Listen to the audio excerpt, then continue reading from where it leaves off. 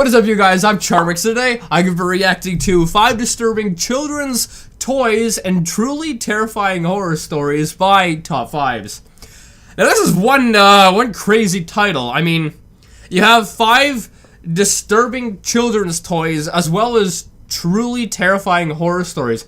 Now, are they separate? Like, or do the horror stories have anything to do with the children's toys? Because it kind of sounds as if it could be separate or it could be together, so I don't know.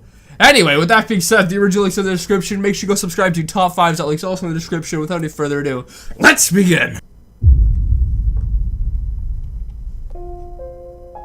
Due to their heightened ability to take in information, children are extremely impressionable.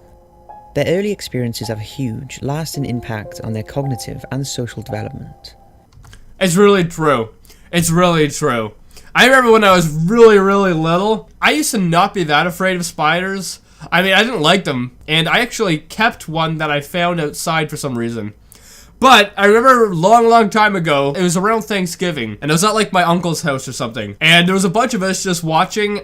It's a movie called, I think it's called Arachnophobia, and that movie, although if I watch it today, like I watched it like a year ago, and it wasn't that bad, but I watched it then, and I'm pretty sure that movie gave me arachnophobia. Like, I freaking hate spiders. And for this reason alone, what they are exposed to during their first years is crucial for their years to come. With this in mind, and toys being such a large part of a child's early years, it makes you wonder why some toys have been designed the way they have been, given how vulnerable children can be. Either because of their downright creepy appearance, oh, that's creepy, or because of their dangerous designs that make them not safe for adults, let alone children. Who would make a toy like that? Who would make a toy like that? Oh, it's terrifying. So from a toy kit containing deadly materials to a disturbing doll, here are 5 creepy children's toys and horror stories. Hit the lights, sit back, and enjoy. Yeah, I'm not hitting the lights. I'm not hitting the lights, The okay? Evil Stick. I've heard of this one. This was big like 2 years ago. In 2014, a young mother bought her 2-year-old daughter a pretty pink plastic princess wand from a dollar store in Dayton, Ohio. It was positioned on a shelf with Barbie dolls, tiaras, and other girly merch, so she had no thoughts of it not being suitable for her daughter. It wasn't until she got home that she realised it really wasn't a suitable toy for anyone, let alone a 2-year-old. Although the clue may have been in the name, as the wand was called an evil stick, the packaging featured a picture of a character from a Japanese anime series. After opening the toy and peeling off the protective flower-shaped foil on the mirror part of the wand, the mother was horrified at what she found. The foil was concealing a disturbing image of what appeared to be a young girl, with inflamed eyes cutting her wrists. Oh my goodness. I remember when this was a thing. You know, I thought it was 2 years ago, but that's 3 years ago. That was a long time ago. But I mean, it's pretty messed up. And it's in the name. It's called Evil Stick. It's called Evil Stick. Why would you buy an evil stick? I mean, it's in the friggin' title. You know, you should be aware of what you're getting into here. Also, why would you peel off that foil thing anyway? I mean, it's obviously a part of it, so why would you peel it off? After the story hit the headlines, it was revealed that not all the wands revealed such disturbing images. Some had characters from an anime series, while others had weird zombie-looking creatures behind the foil. However, none of the pictures would have been suitable for a young adult. The wand's packaging also quoted, "I can send out the luster of beauty, and I can send out wonderful music." Yet, although the wand did make a sound when you pressed its heart-shaped on-off button, it was definitely not wonderful. Further investigations revealed the toy was made in China, and it's believed the shiny foil flower was supposed to be viewed as a mirror that yeah, that's what I'm thinking. Like, it was supposed to be like left like that. Why would you peel it off? distorted the user's face. There was even a label on it stating that it's suitable for ages 3 and up. The woman slitting her wrists in the distorted photo was revealed to be a French model named Aubrey.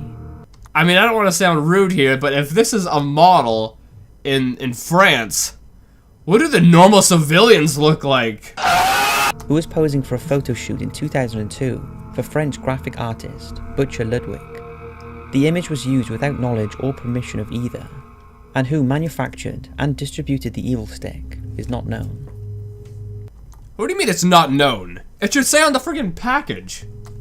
CSI fingerprint examination kit.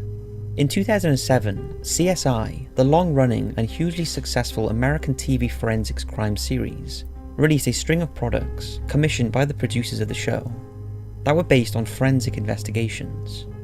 A strange move considering CSI is not aimed at children. Yeah, it's not. Why would you think this is the demographic you should sell stuff to?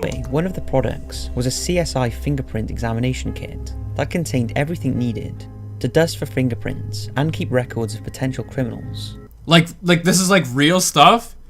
This is like how to dust for real fingerprints? Like, you know, it's not like stuff for kids, it's real? It was the perfect gift for any buddy forensic detective, aged 10 and over. But there was one problem. The fingerprint powder included in the kit contained up to 7% tremolite, one of the most deadly forms of asbestos, a toxic material that if inhaled can lead to asbestosis, lung cancer and other life-threatening conditions. The astonishing discovery was made by the Asbestos Disease Awareness Organization, who independently tested the powder. However, despite these conclusive results being available in November 2007, the product was not recalled until 3 weeks later, during which time, in the run-up to Christmas, the kit became a bestseller. That's crazy! That's crazy! Why would you sell that? Why would you sell that? Battlestar Galactica Colonial Viper. The Colonial Viper was one of a series of Battlestar Galactica toys, released in the 1970s. It came complete with small red plastic missiles that fired using a spring-loaded action. The toy was labelled as safety tested for children over 3 years old, and nothing seemed out of the ordinary. But shortly after Christmas in 1978, 4-year-old Robert Jeffrey Warren from Georgia was playing with the toy, thought to have been bought for his older brother that Christmas. As young children do, Robert put the toy in his mouth. Unfortunately, it was the missile-firing part of the ship. He then pulled the trigger and launched the missile that then lodged into his throat. Robert choked and convulsed for about 4 minutes before falling unconscious. He was rushed to hospital and the red piece of plastic was removed. But sadly, Robert died 2 days later, on December the 31st, 1978.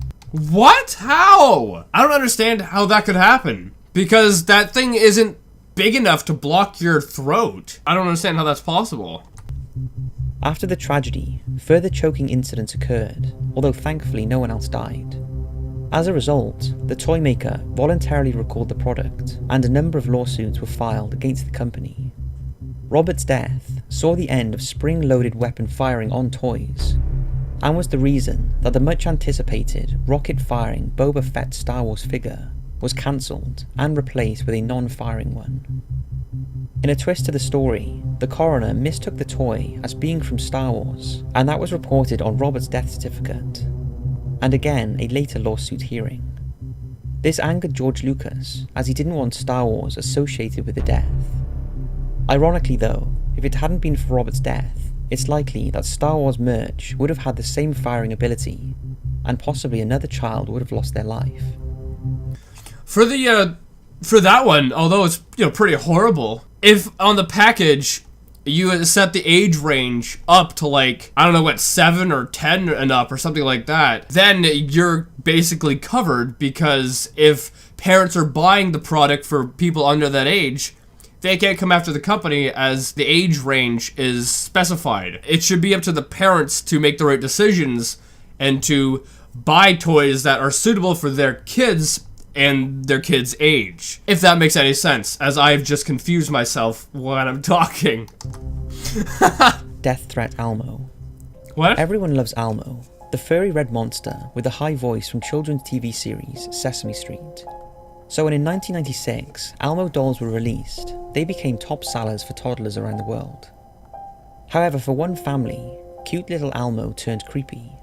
The Bowman family from Florida purchased the Elmo Knows Your Name doll for their 2-year-old son James. He loved it, and the pair were inseparable. This particular version of Elmo is programmed to recite its owner's name, along with other fun phrases and songs. How does that work? So you have to tell it what to say, and then it'll just repeat it? How is that Death Threat Elmo? And so anyone can come up, say something stupid, and then Elmo would just repeat it.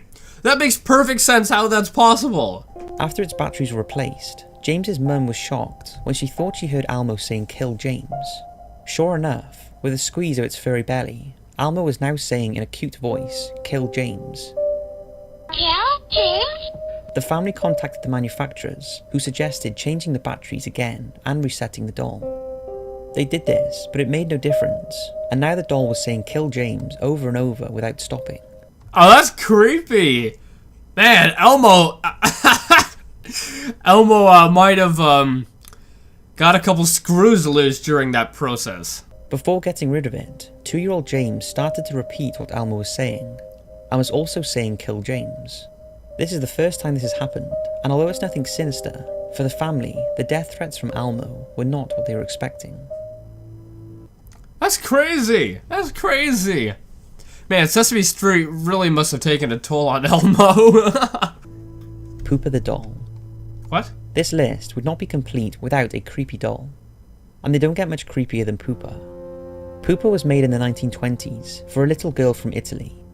The doll was handcrafted using a felt-like fabric and real human hair, and stood around 14 inches tall, and bore a striking resemblance to the little girl who she was made for.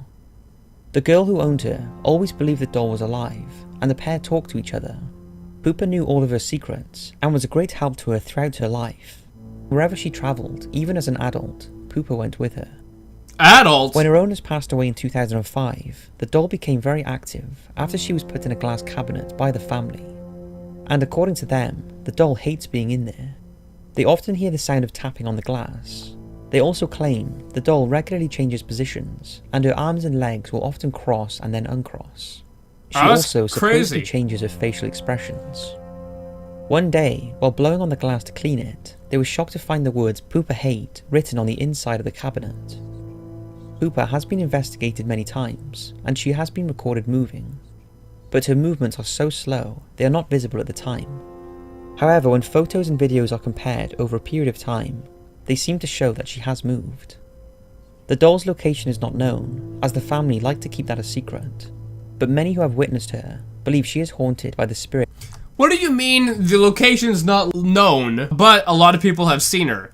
So obviously the location is known. This is suspicious, because if no one knows the location, then how can anyone say, oh, it moves? Or how can anyone go and take pictures and say, oh, it's moved? How can anyone do any of that if it's not known? This one is suspicious.